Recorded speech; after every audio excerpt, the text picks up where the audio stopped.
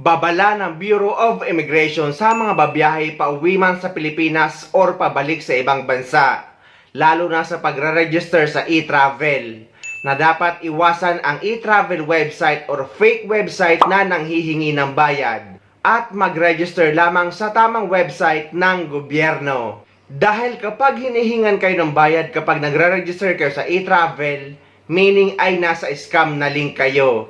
Dahil ang e-travel registration ay walang bayad kahit piso. Meaning guys ay free ito. Kagaya ng mga nagko-comment guys na nag-share ng kanilang experience na nakapagbayad sila ng almost $100. What? At after daw nila makapagbayad ay hindi na nila mabuksan ang kanilang online banking at na-block na ito. Kaya mag-ingat sa mga fake website dahil pwedeng ma-block or ma-hack ang bank account nyo. Nagbabala ang Bureau of Immigration sa publiko laban sa mga naglipa ng scammer na nagpapatakbo ng peking website na humihingi ng bayad para sa registration ng e-travel o Electronic Travel Declaration System. Kasunod ito ng mga natanggap nilang sumbong mula sa mga biktima na nasingil ng mga scammer na humihingi ng 3 hanggang 5,000 traveler's fee. Iginiit ni BI Commissioner Norman Tansinco na libre ang registration sa e-travel platform. Hinimok ni Tansinco ang mga biyahero na magrehistro lamang sa official website ng pamahalaan na e-travel.gov.ph. Hinimok din ni Tansinco ang mga biyahero na mabibiktima ng e-travel scammers na isumbong agad sa Cybercrime Investigation and Coordinating Center sa pamamagitan ng hotline 1326.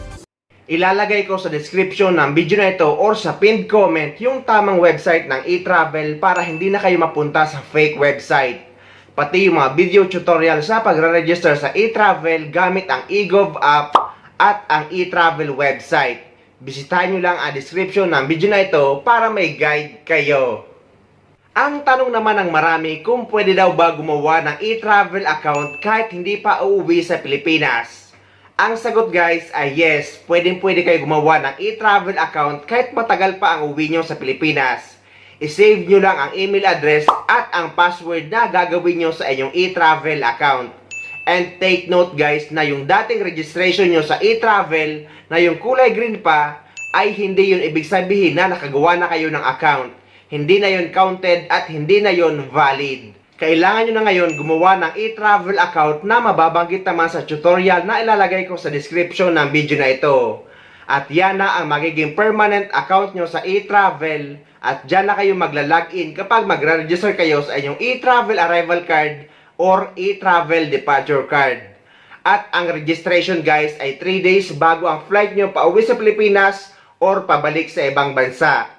Any days guys or kahit anong araw basta sa loob ng 3 days bago ang flight nyo.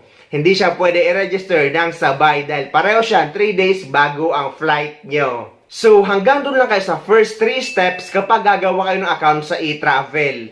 At saka lang kayo magpuproceed sa new travel declaration kapag malapit na ang flight nyo. So kung nakagawa na kayo ng account sa e-travel ng advance at malapit na ang flight nyo or 3 days na lang ay flight nyo na, ay kailangan nyo lang mag-login sa e-travel account nyo gamit ang email address at password na ginawa nyo nung nag-register kayo sa e-travel.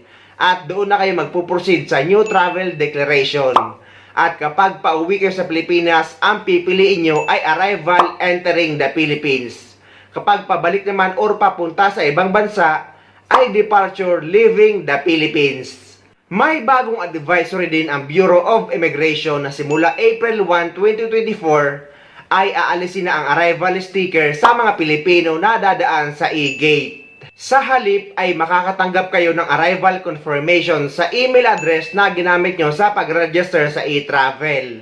Kaya ito guys ang mahalaga na dapat hawak nyo ang email address na ginamit nyo sa pag-register. At kung nagpagawa naman kayo ng account sa iba ay dapat ibibigay sa inyo ang email address at password. At dapat nakalagin ito sa cellphone nyo at nabubuksan nyo ito. Pero ganun pa man guys ay pwedeng i-stamp ng immigration officer na naka-assign sa e-gates yung arrival stamp sa passport nyo upon request. Kung gusto nyo lang na may tatak ang passport nyo pag-arrive nyo at pagdaan nyo sa mga e-gates. So, bisitahin nyo lang ang description ng video na ito at doon ko ilalagay ang bagong advisory ng Bureau of Immigration.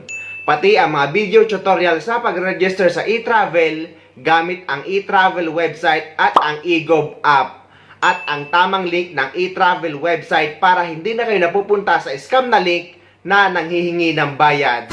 So ayun guys, sana may nakuha kayong idea at sana nakatulong ang video na ito sa inyo. At sa mga hindi pa dyan nakasubscribe sa channel ko, please don't forget to subscribe my YouTube channel and please click the notification bell para lagi kayo updated sa mga upcoming videos na gagawin ko tungkol sa mga updates sa ating mga OFW. Mula dito sa Dubai, maraming salamat. See you next time.